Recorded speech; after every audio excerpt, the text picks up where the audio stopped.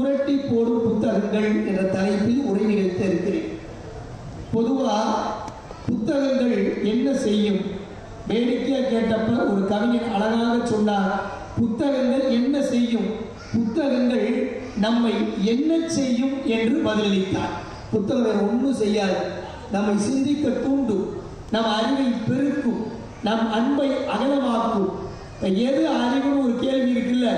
நான் படித்து வியந்த புத்தகம், பலகாலமாக எல்லோரும் படித்துக் கொண்டிருக்கிற புத்தகம், எத்தனை முறை அந்த புத்தகத்தை படித்து பார்த்தாலும் வேறு வேறு சிந்தனைகளை நமக்கு தருகிற புத்தகம் ஒரு புத்தகம் இருக்கிறது என்று சொன்னால் அது உலக பொதுமறையா திருக்குறள் என்று தெய்வ புலவன் தந்திருக்கிற ஒப்பற்ற புத்தகம். எவ்வளவோ நவீன இலக்கியங்களை படிக்கிறோம், சிறுகதைகளை படிக்கிறோம், கதைகளை கேட்கிறோம், கவிதைகளை ரசிக்கிறோம், இலக்கிய சுவை மிக்க பல புத்தகங்கள் இன்றைக்கு பெருகி கிடக்கிறது. ஆனால் வள்ளுவன் ரொம்ப வியப்பானவன். நான் படித்து என் வாழ்க்கையில் புரட்டி போட்ட சில புத்தகங்களை உங்களோடு பட்டியலிட்டு பகிர்றேன். அது முதல்ல என் நெஞ்சில் இருக்கிறது திருக்குறள் தான். ஏன்னா நம்ம எல்லாரும் புகழ் என்பதையும் பெருமை என்பதையும் ஒரே மாதிரி கருதுறோம். ஒலிம்பிக்ல தங்கப்பதக்கம் வாங்கிட்டா அது என்ன? அது பெருமை, புகழ் இல்லை. 10ஆம் வகுப்புல 12ஆம் வகுப்பு பொது தேர்வுல முதல் மதிப்பெண் எடுத்து விட்டார்னா அது என்ன? அதுவும் புகழ் இல்லை, பெருமை. இன்றைக்கு இளைய வயதுல உலக சாம்பியனாக சதுரங்க போட்டியில குகேஷ் வந்துட்டார்னு கொண்டாடி மகிழ்கிறோம். அதற்கு பெயர் என்ன? அதுவும் புகழ் இல்லை, அதுவும் பெருமை. வள்ளுவன் தான் அதிகாரத்திலே வேறுபடுத்தி மிக அழகா சொல்றான், புகழ் என்பது வேறு, பெருமை என்பது வேறு. இது எல்லாமே பெருமை. ஆயிரக்கணக்கான மக்கள் கூடியிருக்கிற அரங்கில அழகா பேசி கைத்தட்டு வாங்கிட்டா என்ன? அதுவும் பெருமை. அப்ப எதுடா புகழ்னா? வள்ளுவன் அழகாய் சொல்கிறார், ஈதல் இசைபட வாழ்தல் அது அல்லது ஊதியம் இல்லை உயிர்க்கு. கொடுக்கிற பொழுது வருகிற ஒன்றுதான் புகழ். இல்லைன்னு சொல்லி வருகிற வறியவனுக்கு யாருக்கு கொடுக்கணும் அதையும் வள்ளுவர் சொல்றார். யாருக்கு வேணாலும் கொடுன்னு சொல்லல, ஒரு இலக்கணம் தருகிறார். எது உண்மையான ஈகை தெரியுமா? வரியார் கூன்று ஈவதே ஈகை, மற்றெல்லாம் குறி எதிர்ப்பை நீரனுடைத்து. கஷ்டப்படுற ஏழைக்கு குர்றான். எல்லாரும் எவ்வளவோ வங்கிகள் கேள்விப்பட்டிருக்கீங்களா? வள்ளுவன் 2000 வருஷத்துக்கு முன்னாடி அறிமுகப்படுத்திய ஒரு ஒப்பற்ற வங்கி இருக்கிறது. அதுதான் நாம் சேமிக்க வேண்டிய வங்கி என்பதை இந்த புத்தக திருவிழா மேடையில் நான் சொல்வதில் பெருமைப்படுகிறேன். அந்த வள்ளுவன் சொன்ன வங்கிக்கு பெயர் வயிறு வங்கி. அது என்ன வயிறு வங்கி? ஓ பணத்தை, நீ சேர்த்த பணத்தை ஓ செலவுக்கு மேல நிறைய வச்சிருக்கியா? அதை வைக்க வேண்டிய இடம் எது தெரியுமா? இல்லாமல் வாடுகிறானே ஒரு ஏழை, கடுமையான பசியிலே வாடுகிறானே வறியவன், அவன் வயிற்றிலே கொண்டு போய் வை என்று வயிறு வங்கியை இந்த உலகத்திற்கு 2000 வருஷத்திற்கு முன்னாடி அறிமுகப்படுத்தியவன் தெய்வ புலவன் திருவள்ளுவர். அற்றார் அணி பசி தீர்த்தல் அது ஒருவன் பெற்றார் பொருள் வைப்பு ஒளி என்று கடுமையான பசியில் வாடுகிற ஏழையினுடைய வயிறுதான் நீ சேர்த்த செல்வத்தை வைக்க வேண்டிய இடம் என்று திருவள்ளுவர் சொல்கிறார்.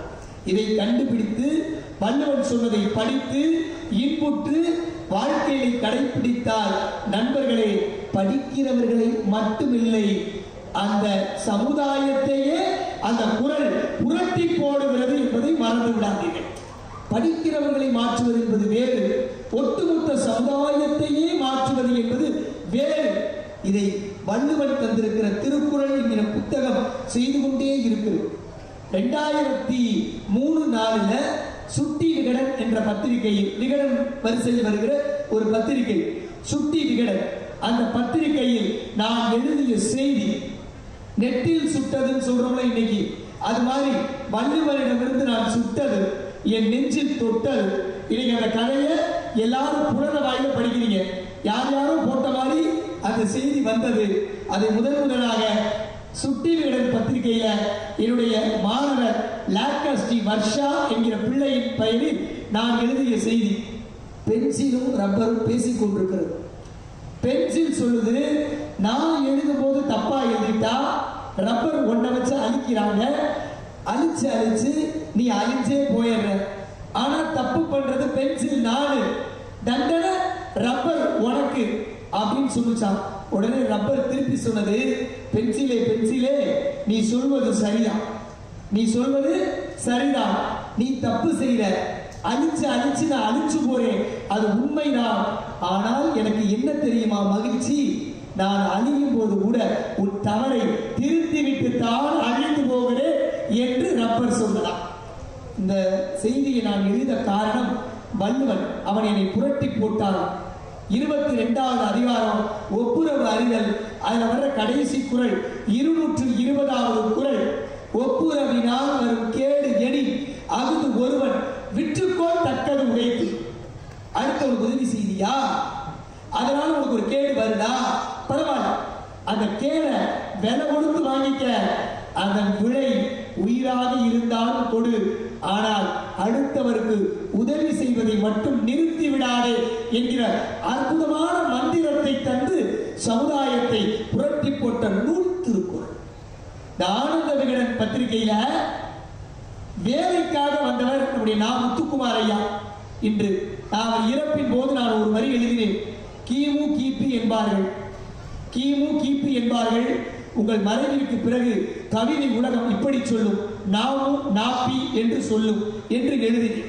அப்படி வாழ்ந்த கவிதை உலகத்திலே வாழ்ந்த முத்துக்குமார் அவர்கள் விகடன் பத்திரிகையில வேலைக்காக போகிறார்கள். ஆனந்த விகடன்ல அவர் ஒரு அசைன்மெண்ட் கொடுக்குறாங்க.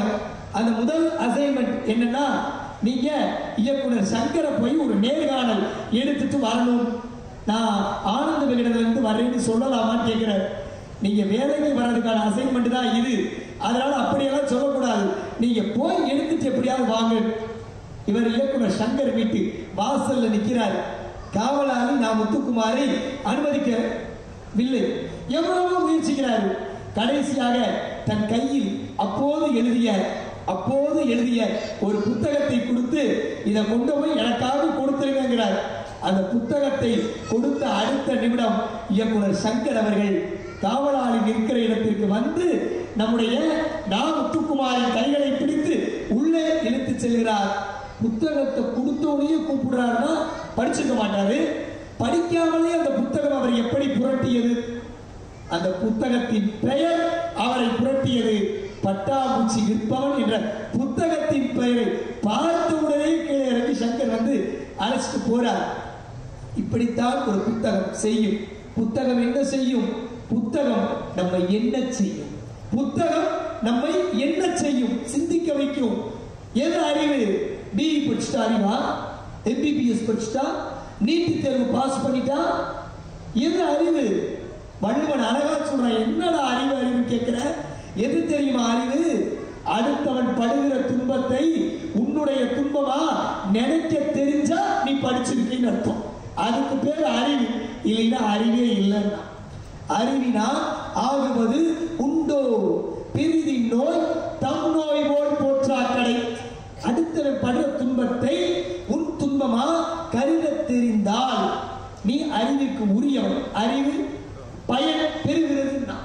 இப்படி வாழ்க்கையின் ஒவ்வொரு விஷயத்தை அம்பேத்கர் அவர்களை, சட்டமேதை அண்ணல் அம்பேத்கர் அவர்களை எந்த மேடைக்கு பேச கூப்பிட்டாலும் அவர் நூலகத்திற்கு பக்கத்தில் எனக்கு ஒரு அறை போடுங்கள், நான் இருக்கிற ஓய்வு நேரங்களில் எல்லாம் போய் புத்தகத்தை படித்து விட்டு வருகிறேன் என்று சொன்னவர் சட்டமேதை அண்ணல் அம்பேத்கர்.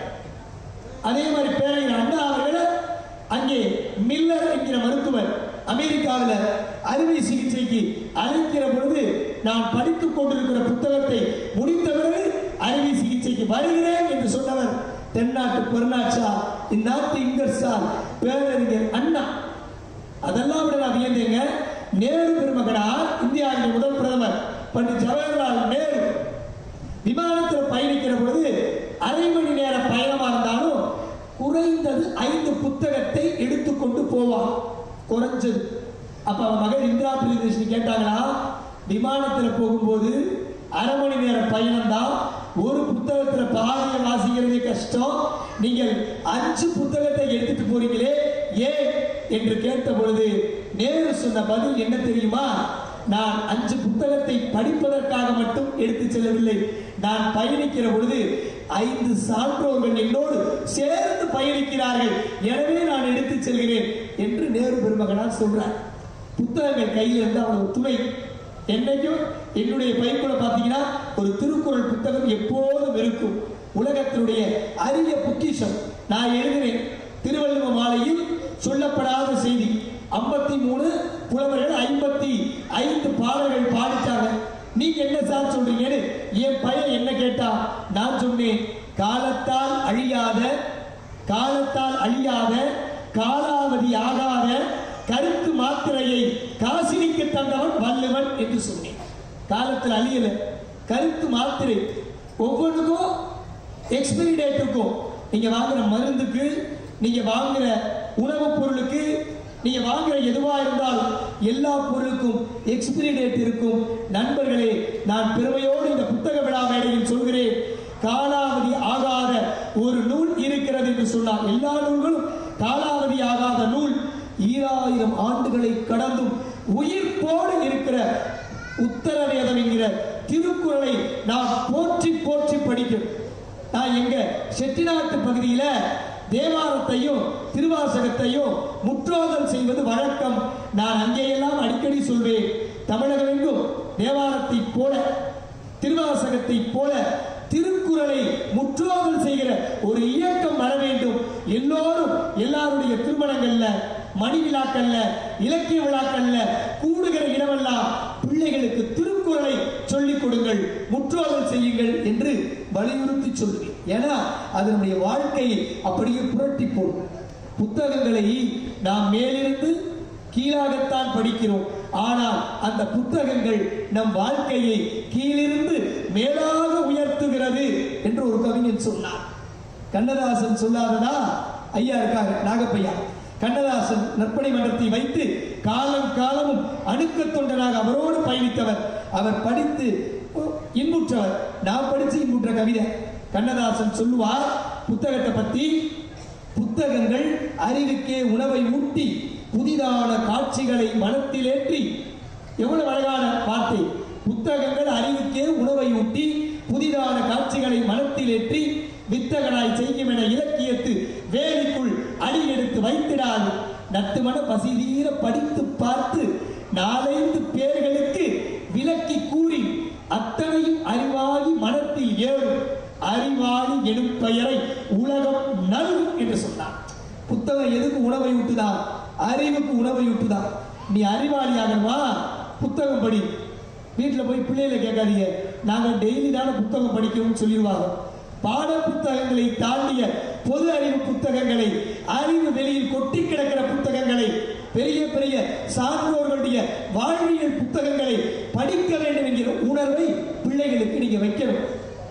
குழந்தைகளுக்கு எட்டும் தூரத்தில் புத்தகங்களை வையுங்கள். அப்போதுதான் அவர்கள் எட்ட முடியாத உயரத்தை அடைவார்கள். பக்கத்தில் இருக்கணும், பிள்ளைகளை சுற்றி. நாம் அந்த சூழலை, அந்த இயற்கையை குழந்தைகளோடு பழக்குகிற முறையை உருவாக்கிட்டோட வாழ்க்கை ஜெயிச்சு. காயமே பொய்யடா, வெறும் ஆக்சிஜன் காற்றடைத்த பையடா. இந்த O2 Go2 உயிர் போனது என்று பொருள். அவ்வளவுதான். இந்த உலகத்துல என்ன செய்யணும்? புத்தகம் படிச்சா என்ன செய்யுங்கிறதுக்காக சொல்றேன். இந்த உலகத்துல இந்த O2 Go2 இடைவெளியில நீ வாழ்ற.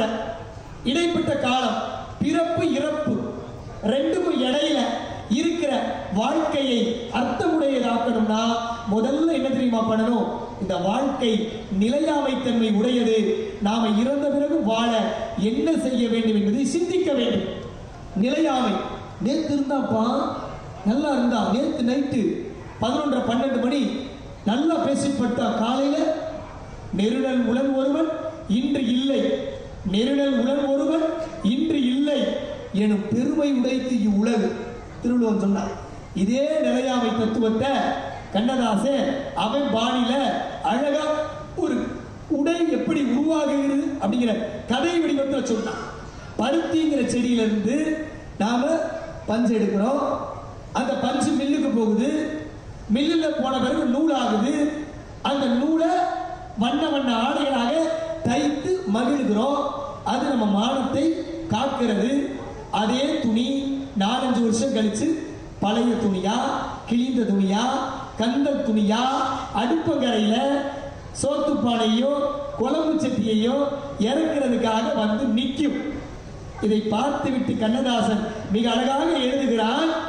பருத்தி என்றொரு செடி வளர்ந்தது பருவ பொன்னை போல அந்த கரிசல் கலனி மேலே அது சிரித்த அழகில் காய் வெடித்தது சின்ன குழந்தை போல அந்த வண்ண செடியின் மேலே பருத்தி எடுத்து பிரித்து பார்த்து பஞ்சு கூவியல்லாச்சு மில்லை பார்க்க பயண போச்சு அதை பிரித்து எடுத்து திரித்த போது சின்ன இலைகளாச்சு நூல் எனும் பெயர் உண்டாச்சு அழகு வண்ணம் கலந்து நின்றது ஆடி வந்தது மெல்ல பலர் மானம் காத்து கொல்ல இடை குலையுமாறு உடையிலேறி கோல கவிதை சொல்ல உடல் மூடி மறைத்து கொள்ள அந்த துணியில் ஒன்று கிழிந்து அடுப்பங்கரைக்கு வந்து அந்த துணியில் ஒன்று கிழிந்து அடுப்பங்கரைக்கு வந்து தான் படிக்குதிந்த சிந்து தன் சொந்தக்காரர் பலரை எண்ணி துடிக்குது மனம் வெத்து கதை சொல்லுது தன்னை நொந்து வாழும் நாளில் வாழ்ந்த என்னை வைத்த இரும்பு பெட்டி வாழும் நாளில் வாழ்ந்த எண்ணை வைத்த இரும்பு பெட்டி இன்று உதைக்கும் என்னை எட்டி நிலை தாழ்ந்த போது மனிதர் கூட உடைந்த பானை சட்டி நிலை தாழ்ந்த போது மனிதர் கூட உடைந்த பானை சட்டி யார் உறவு கொள்வார் ஒட்டி. கவிதையை கண்ணதாசன் நிறைவு செய்கிறார். வாழ்க்கை தத்துவங்களை வாழ்க்கையினுடைய எண்ணங்களை உவமை கவிஞர் சுரரா அழகா சொல்வார். ஏன் புத்தகம் படிக்கணும்? நிறைய புத்தகம் படிச்சா என்ன கிடைக்கும்? அவர் பாணியில சொல்வார். வேற ஒண்ணு இல்லைங்க. அரசியலின் சிக்கனம் தான் இரண்டே கட்சி, அனுபவத்தின் சிக்கனம் தான் நீதி நூல்கள். முடிச்சிட்டார். அரசியலின் சிக்கனம் தான் இரண்டே கட்சி, அனுபவத்தின் சிக்கனம் தான் நீதி நூல்கள். நிறைய பெரியவங்க இருக்கீங்க, குழந்தைகிட்ட போய் வாசுப மாணிக்கனார் சொல்வார், 2ஆம் வகுப்புல இருந்து 8ஆம் வகுப்பு வரை அந்த பிள்ளைகள் படிக்க வேண்டிய புத்தகம் என்ன தெரியுமா? நீ யாரு நான் படிக்க வேண்டிய புத்தகத்தை முடிவு செய்யன்னு நினைச்சுக்காதீங்க. அற இலக்கியங்களை குழந்தைகள் படிக்கணும். ஆத்திச்சூடி, கொன்றை வேந்தன், மூதுரை, நல்வெளி, நன்னெறி, நருந்தொகை, உலக நீதி 2ஆவதுல இருந்து 8ஆவது வரை இந்த 7 நூல், 7 தமிழ், இந்த 7 நூலை பொருள் உணர்ந்து படித்தால் 9, 10வது வரும்போது டீன் ஏஜ் பருவ வயதில் செய்கிற பிள்ளைகளை அந்த பிள்ளைகள் செய்ய மாட்டார்கள். படித்த அரண் நூல்கள் அவர்களை காக்கும் என்று சொல்லுகிறார். புத்தகம் காக்கும், ஒழுக்கத்தை தரும், பண்பை தரும், அன்பை தரும், அறிவை பெருக்கும், உயர்வை தரும், மேன்மையை தரும், எல்லாத்தையும் தரும். வள்ளுவன் ரொம்ப அழகா வேடிக்கையா கல்விங்கிற அதிகாரத்துல 2 குறள் ஒண்ணுக்கு ஒண்ணு நான் முரணா பார்த்து வியப்பேன். ஒன்று எல்லோருக்கும் பழக்கப்பட்ட குறள், கற்க கசடர கற்பவை கற்றவின் நிற்க அதற்கு தக. இன்னொரு குறள் அதே அதிகாரத்தில் வர 7வது குறள் நினைக்கிறேன். யாதாரும் நாடாமால் ஊராமால் என்னொருவன் சாந்துணையும் கல்லாதவாறு. இந்த 2 குறளை நான் படிச்சேன். ஒண்ணு என்ன?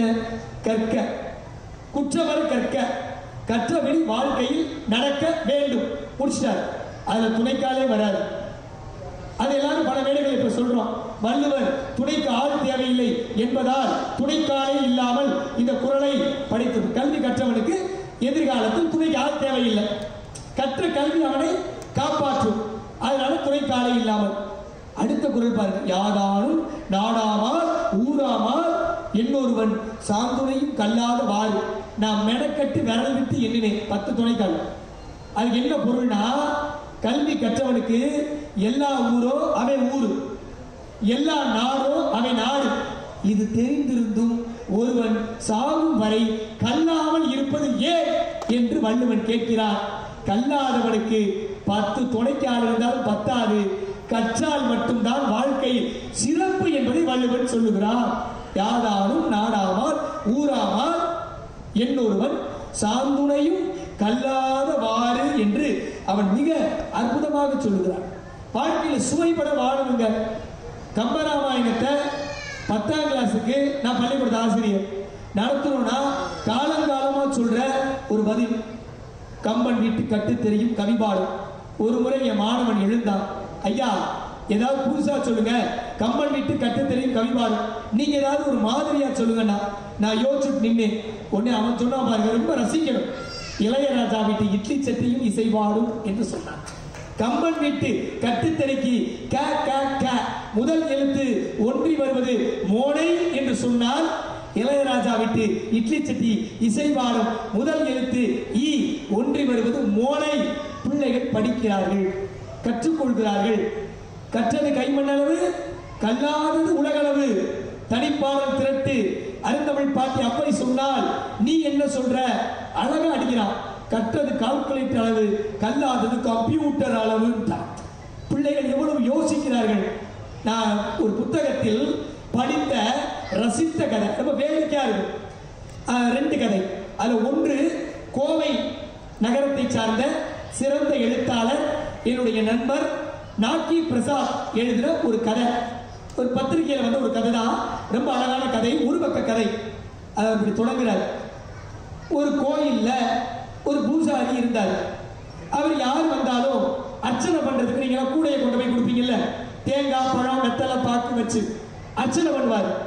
தேங்காய் அழுகி இருந்தா நாம எதை வேண்டிட்டு வந்தோமோ அது நடக்காதோ, சகுனம் சரியில்லையோ அப்படின்னு நினைப்போம்.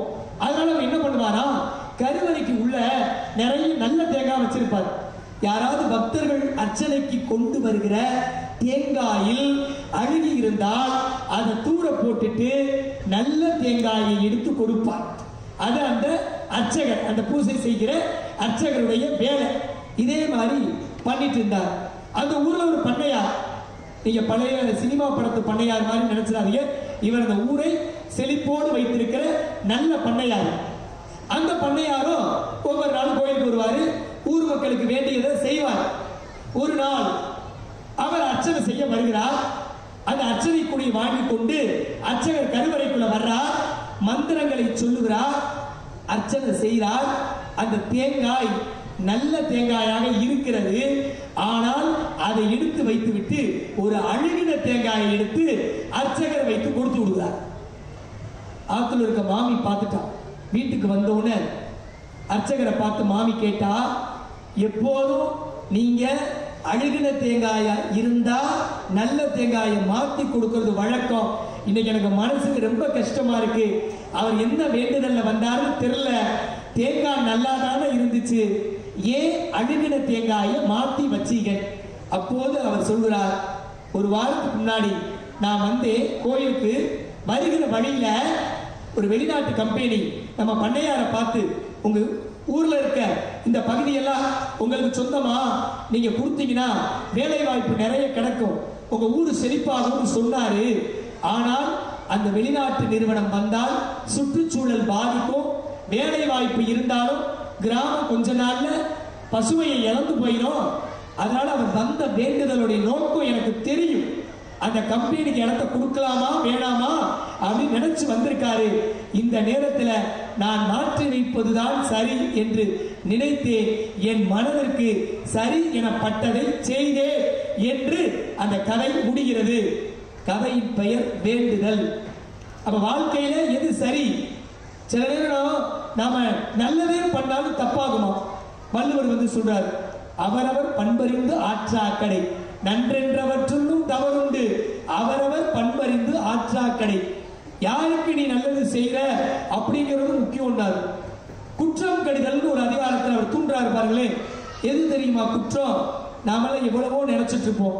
அவர் அழகா சொல்றார், யார் செய்ய வேண்டிய செலவுகளை செய்யாம தனக்கும் பயன்படாம கருவித்தனமா பணத்தை வச்சிருக்கானோ அது குற்றம்.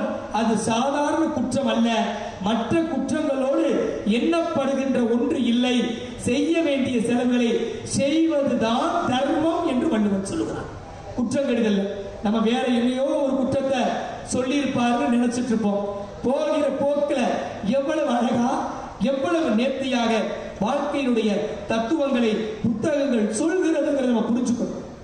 பாரதியாருடைய ஒரு வரி, பாப்பா பாட்டில அவர் பாடுற வரி, எத்தி திருடும் அந்த காக்காய் அதற்கு இறக்கப்பட வேணும் பாப்பா. இது அப்படியே வச்சுக்குவோம். இன்னொரு புத்தகம் திருக்குறள் அதிகாரம் 53 சுற்றம் தலால். அந்த அதிகாரத்துல வள்ளுவன் அழகா பாடுறான், காக்கை கரவா கரைந்து உண்ணும் ஆக்கவும் அன்ன நீரார்க்கே உல. காக்கா தனக்கு வச்சிருக்கக்கூடிய சாதத்தை சோற தான் மட்டும் சாப்பிடாது. அண்ணன் காக்கா, அக்கா காக்கா, தம்பி காக்கா, தங்கச்சி காக்கா, சித்தப்பா, பெரியப்பா எல்லா காக்காயும் காக்கா காக்கான்னு கூப்பிட்டு சாப்பிடும். பாரதி பார்த்த காக்காய் எத்தி திருடும் அந்த காக்காய், திருட்டு எத்தி திருடும் அந்த காக்காய், அதற்கு இறக்கப்பட வேணும் பாப்பா. இவர் என்ன சொல்றாரு? காக்கை கரவா கரைந்து உண்ணும் ஆக்கமும் அன்ன நீரார்க்கே உள. இந்த ரெண்டையும் வச்சு பாருங்க, இது ஒரு பெரிய நீதி இருக்கிறது. இந்த ரெண்டு புத்தகங்கள், திருக்குறள், பாரதியார் கவிதைகள், வள்ளுவன் பாடியது, பாரதி சொன்னது, ரெண்டையும் ஒப்பிட்டு பார்த்தால் இது வேறு காக்காய், அது வேறு காக்காய். ஏன்னா இது எத்தி திருடும் காக்காய், அது தனக்கு வைத்த சோறை எல்லோருக்கும் கொடுக்கிற காக்காய். இந்த ரெண்டுக்கு என்ன வேறுபாடு யோசிச்சு பார்த்தா தெரியுதுங்க. நாம வைக்கிறோம்ல அரிகரண்டியில மோந்துட்டு போய் காகா காகா காகா காகா சோறு வைக்கிறோம்ல, அந்த சோறு நாமளா கூப்பிட்டு வைக்கிற சோறு, அதுவும் சாப்பிட்டு எல்லா காக்கையும் கூப்பிடும். ஆனா நம்ம வீட்டு வாசல்ல காய போடுற வத்தல், அதை ஒரு குருவியோ ஒரு காக்காயோ எடுத்துடக்கூடாதுங்கிறதுல ரொம்ப கவனமா இருக்க ஒரு பாட்டியோ தாத்தாவோ கம்பு குச்சியோட உட்கார வச்சிருப்போம். ஒரு குருவி காக்காய ஒத்த வத்தல தூக்க மாட்டோம், ஒரு வத்தலை எடுக்க விட மாட்டோம். ஆனால் என்ன பொருள்? எடுத்துக்கொண்டு போன வத்தலை காக்காய் கரைந்து உண்ணாது. காலுக்குள்ள வச்சிருக்க வத்தலை தான் மட்டும்தான் சாப்பிடும். என்ன தெரியுமா பொருள்? நீ கூப்பிட்டு போட்ட சோறு புண்ணியம், அதை பங்கு கொடுக்கலாம். தானாக திருடி சென்ற வத்தல் பாவம், அதில் பங்கு கொடுக்க கூடாது என்பது காக்காய்க்கு தெரிந்திருக்கிறது. ரெண்டு நூல் நம்ம வாழ்க்கையை புரட்டி போடுதா? நிறைய நவீன இலக்கியங்கள் இன்றைக்கு எத்தனையோ புதிய புதிய வெளியீடு. சென்னை புத்தக திருவிழாவில் மிக அழகாக நம்முடைய பெரியவர்கள், சான்றோர் பெருமக்கள், பல பதிப்பகங்கள், 900க்கு மேல அரங்கு, எத்தனை புத்தகங்கள். நான் சும்மா ஒரு 5-6 பாரதி கவிதை, திருக்குறள், கொஞ்சம் புது கவிதைகள், பட்டாம்பூச்சி என்று தொட்டு சொன்னவைகள். தொட்டு சொன்ன இந்த புத்தகங்களையே படிக்க படிக்க, ஒரு முறை படித்த புத்தகத்தை மீண்டும் இன்னொரு முறை நீங்கள் படித்தால் அதே உணர்வுதான் தோன்ற வேண்டும் என்று எந்த அவசியமும் இல்லை. ஒரு முறை நீங்கள் படித்த புத்தகத்தை இன்னொரு தடவை படிக்கும் போது அது இன்னும் வேறு விதமான உணர்வுகளை கூட நமக்கு தோற்றுவிக்கும். அதனாலதான் காந்திட்ட ஒரு கேள்வி கேட்டாங்க, 1 கோடி ரூபாய் கிடைத்தால் நீங்கள் என்ன செய்வீர்கள் என்று கேட்டார். அப்போது காந்தி சொன்ன பதில், 1 கோடி ரூபாய் எனக்கு கிடைத்தால் நான் மிகப்பெரிய நூலகத்தை கட்டமைப்பேன் என்று சொன்னார். எவ்வளவு பெரிய யோசனை! புத்தகங்களை பரிசாக கொடுக்கணும், நூலாடை சேர்த்து நூலே ஆடையாக கொடுத்து பழகிற உணர்வு பிறந்த நாள் பரிசாக, நாம் இலக்கிய விழாவின் பரிசாக மேடைகளில் மிக அழகான புத்தகங்களை தந்திருக்கிறார்கள். இன்றைக்கு தூங்க விடாது, வாழ்க்கையில புரட்டு, மூடி வச்சே இருக்கக்கூடாது. சில பேர் புத்தகங்களை இல்லம் சேர்ப்பார்கள், ஆனால் படித்து உள்ளம் சேர்ப்பதில்லை. ஆனால் நான் ஒன்று சொல்லுகிறேன், உள்ளம் சேர்ப்பது அடுத்த நிலை. இல்லம் சேர்க்கிறவர்களையே நான் கையெடுத்து வணங்கி மகிழ்கிறேன். நீங்கள் உள்ளமும் சேர்த்து விட்டால் உலகம் உங்களை வணங்கும். நீங்கள் உள்ளமும் சேர்த்து விட்டால் உலகம் உங்களை வணங்கும். அதனால படிக்கணும், இல்லம் சேருங்கள், அதன் பிறகு உள்ளம் சேருங்கள். வாழ்க்கையில் பள்ளம் இல்லை, உயர்ந்தான். வாழ்க்கை மிகப்பெரிய உயரத்தை தரும். நான் விளையாட்டுக்காக சொல்லவில்லை, வார்த்தையினுடைய ஜாலத்திற்காக மட்டும் சொல்லவில்லை. படிக்கிற பொழுது ஏற்படுகிற உணர்வு நாம தப்பு செய்ய கூடாது. நம்ம தன்னம்பிக்கையை வளர்க்கும், உள்ளத்தினுடைய வெளிப்பாடாக அது இருக்கும்.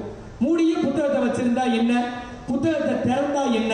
ஒரு கவிஞன் ரொம்ப அழகா சொன்னான், திறந்து வைத்திருக்கிற புத்தகத்தால் 1-2 பக்கங்கள் பழுதாகும், மூடி வைத்திருக்கிற புத்தகத்தால் முழு புத்தகமே பழுதாகிவிடும் என்று ஒரு கவிஞன் மிக அழகாக சொன்னார். திறந்திருந்தா அந்த 2 பக்கம் தான் அழுக்காகும். ஆக இப்படி நீங்கள் படிக்கிற உணர்வை சின்ன வயசிலே ஏற்படுத்தணும். அது மிகப்பெரிய ஒன்று, வாழ்க்கையை தலைகீழாக புரட்டி போடும். பில்கேட்ஸ் எவ்வளவு பெரிய உலக தரவரிசை பணக்காரர், அவருக்கு எப்படி நேரம் கிடைக்கும்? ஆனால் அவருடைய வரலாறு எடுத்து படிங்க, பாருங்க, ஒரு ஆண்டுக்கு 50 புத்தகங்களாவது அவர் படிப்பார். 50 புத்தகங்கள் ஒரு ஆண்டுக்குள் 50, அதல்ல பெரிய விஷயம். படிச்சதுக்கு பிறகு அதுல ஒரு புத்தகத்தை அவரே பரிந்துரை செய்வாராம், இந்த புத்தகத்தை நீங்கள் படிங்கள். கேட்ஸ் நோட்ஸ், அவர் பெயர் பில் கேட்ஸ், கேட்ஸ் நோட்ஸ் என்று போட்டு அவர் படித்தது அந்த ஆண்டு மற்றவர்கள் படிக்க பரிந்துரை செய்வது பில்கேட்ஸினுடைய வழக்கம் என்று செய்தியை பார்க்கிறோம். அதே மாதிரி எலான் மாஸ்க், மிகப்பெரிய அறிஞர் எலான் மாஸ்க், நம்முடைய டெஸ்லா நிறுவனம் போன்ற பல நிறுவனத்தில் சிஇஓவாக இருக்கிறவர். அவங்க அம்மா அப்பா 2 பேரும் வெவ்வேறு நாடு, திருமணமாகி குழந்தை பிறக்கிறார். எலான் மாஸ்க் விவாகரத்து, பிரிகிறார், நட்பு கைவிடுகிறது, ஊர்ல இருக்கிறவங்க உதவி செய்யல, வாழ்க்கையில மிகப்பெரிய உயரத்தை அடைந்த பிறகு எலான் மாஸ்க் சொன்ன வார்த்தை என்ன தெரியுமா? தாயும் தந்தையும் என்னை கவனிக்கவில்லை, நட்பு என்னை உதறிவிட்டது, ஊரும் என்னை உதாசீனப்படுத்தி விட்டது, ஆனாலும் இன்று நான் வெற்றி பெற்றிருக்கிறேன். அதற்கு காரணம் என்னோடு நான் உறவாடிய புத்தகங்கள் தான் என்று பதிலளிக்கிறார். புத்தகம் எப்படி காப்பாற்றுது ஒரு மனிதனை? அறிவு அச்சம் காக்கும் கருவி, சிறுவார்க்கும் உள்ளளிக்கல் ஆகா அரண். ஆபத்திலே இருந்து நம்மை காக்கிற கருவி, பகைவரிடமிருந்து பாதுகாக்கக்கூடியது அறிவு. அது எங்கு கிடைக்கும் என்றால் சூழலில், அனுபவத்தில், சமுதாயத்தில் படிக்கிற புத்தகங்களில் இருந்து அது கிடைக்கும் என்கிற ஒரு ஒப்பற்ற செய்தியை இன்றைக்கு இந்த மேடையிலே நான் பதிவு செய்வதில் மகிழ்ச்சி அடைகிறேன். இன்னும் 2 சிறந்த பேச்சாளர்கள், அன்பிற்கினிய ஐயா அவர்கள் மதுரையில் இருந்து பேசுவதற்காக வந்திருக்கிறார்கள். செந்தூரான் ஐயா அவர்களையும் நான் வணங்கி மகிழ்கிறேன். தொடர் வண்டிக்கு நான் முன்னாடியே இன்னைக்கே கிளம்புறதுக்கு தயார் நிலையில் இருந்ததால் அடியே வரிசையில பெரியவர்கள்ட்டெல்லாம் கேட்டுக்கிட்டு பணிவோடு முந்தி நிற்கிறேன். எனக்குரிய நேரம் என்ன 5 மணித்துறைகள் இருக்கிறது. 35-40 நிமிடம் தந்திருக்கிறார்கள். இன்னொரு 5 நிமிடத்தில் நான் என்னுடைய பேச்சை முடித்துக் கொள்கிறேன். நண்பர்களே, ஒரு மரத்தில் உட்கார்ந்து கிளியும் காக்காயும் பேசிட்டு கீழே இருக்கிற வேடன் வர்றான். ஆகா, 2 பறவையில பார்க்க எது அழகா இருக்கும்? கிளி. உடனே கிளிய குறி பார்த்து அம்பு எய்தறான். கிளி கீழே விழுது. அதுக்கு முன்னாடி கிளி காக்கா என்ன சொல்லிச்சா? பாத்தியா, நான் எவ்வளவு அழகா இருக்கேன், நீ பாரு கருப்பு கலரா இருக்க என்று கிண்டல் அடித்துக் கொண்டிருந்தது. வேடன் வந்தா, கிளியை குறி வைத்தான், கிளியை அடிச்சான், கிளி கீழே விழுந்துருச்சு. இப்ப காக்கா மனசுக்குள்ளே சொல்லிச்சா, கிளியை நினைச்சுக்கிட்டு அழகு எப்போதுமே ஆபத்தானது என்று தன் மனதிற்குள் சொன்னது. அழகு எப்போதுமே ஆபத்தானது. இந்த கிளியை தூக்கி போயிட்டான். காக்காய்க்கு ஒரு வருத்தம், ஒண்ணுக்கு இலவசம்னாவது கிளியோடு சேர்த்து நம்மளையும் கொண்டு போயிருக்கலாம். இந்த கிளியை மட்டும் அடிச்சு கொண்டு போயிட்டானே, நம்மளையே இந்த வேட்டக்காரே அடிக்கல. இந்த வருத்தத்தோடு காக்கா அப்படியே பின்னாடி போகுது. இந்த கிளியை கொண்டு போயிட்டு அவன் என்ன தெரியுமா பண்ணா? வேட்டக்காரன், கிளிக்கு ஒரு பழக்கம் இருக்குன்னே, சொன்னதை சொல்லுமா கிளி பிள்ளை. அதுக்கு என்ன பண்ணுவாங்க? சூட்டுக்கோல்ல வெள்ளப்பூட காய்ச்சி கிளியோட நாக்கில் வைப்பாங்க. அது சூடு பொறுக்காம கீச்சு கீச்சு கத்தும். நாக்கு பதப்பட்ட பிறகு நாம என்ன சொல்லி தரோமோ அந்த வார்த்தையை பேசும். வாங்க வாங்க.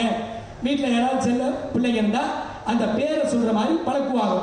அப்படி சூட்டுக்கோல்ல வெள்ளப்பூட காய்ச்சி அது நாக்கில் வச்சாங்க. கிளி கீச்சு கீச்சு கூண்டுக்குள்ள இருந்து கத்துச்சு. காக்கா வந்து கிளியை பார்த்து சொல்லுச்சா, பின்னாடியே வந்துச்சுல, இங்க பாரு கிளியே, மரத்துல உனக்கு வாய்ப்பு, நீ பேசுன, இப்ப எனக்கு வாய்ப்பு, நான் பேசுறேன் அப்படின்னு பேச தயாரா இருக்கு. அந்த நேரத்துல அந்த வேட்டக்கார மனைவி கரண்டியில சோறை வந்துக்கிட்டு காகா காகா காகான்னு திண்டில சோறை வச்சா. சிரித்து கொண்டே அந்த கிளியை பார்த்து காக்கா சொன்னது, பாத்தியா மனுஷ பைய, அவன் மொழியில பேசுன்னு உனக்கு சூடு வைக்கிற, ஆனா எனக்கு ஏன் மொழியில காகா கான்னு கூப்பிட்டு சோறு வைக்கிற. ஓ நிலைமை எங்க இருக்கு, என் நிலைமை எங்க இருக்குச்சா. அதுதான் வாழ்க்கை. புத்தகத்தில் படித்த செய்திகள் நம்ம என்னென்னவோ செய்யும், தூங்க விடாமல் செய்யும், அறிவோடு வாழ செய்யும், அடுத்தவருக்கு உதவ வேண்டும் என்கிற உணர்வை வளர்க்கும், மேன்மைப்படுத்தும், சுயநலத்தன்மையை சுட்டரிக்கும், பொதுநல உணர்வோடு எல்லோரும் ஒன்றாக வாழ வேண்டும் என்கிற சமத்துவத்தை கற்றுத்தரும், மலர்ந்த மலர்ச்சியாக உள்ளத்தை வைத்திருக்கும், முகத்தோடு அகம் சேர்ந்து குளிரும், மனம் மகிழும், இன்பம் பொங்கும். இது அனைத்தையும் செய்கிற ஒரே ஒரு நண்பன் இருக்கிறான் என்று நீங்கள் தேடி தேடி எந்த கூகுளில் பார்த்தாலும், யாரை கேட்டாலும் அங்கிருந்து வருகிற ஒரே பதில் அந்த நண்பன் புத்தகம். வாய்ப்புக்கு நன்றி.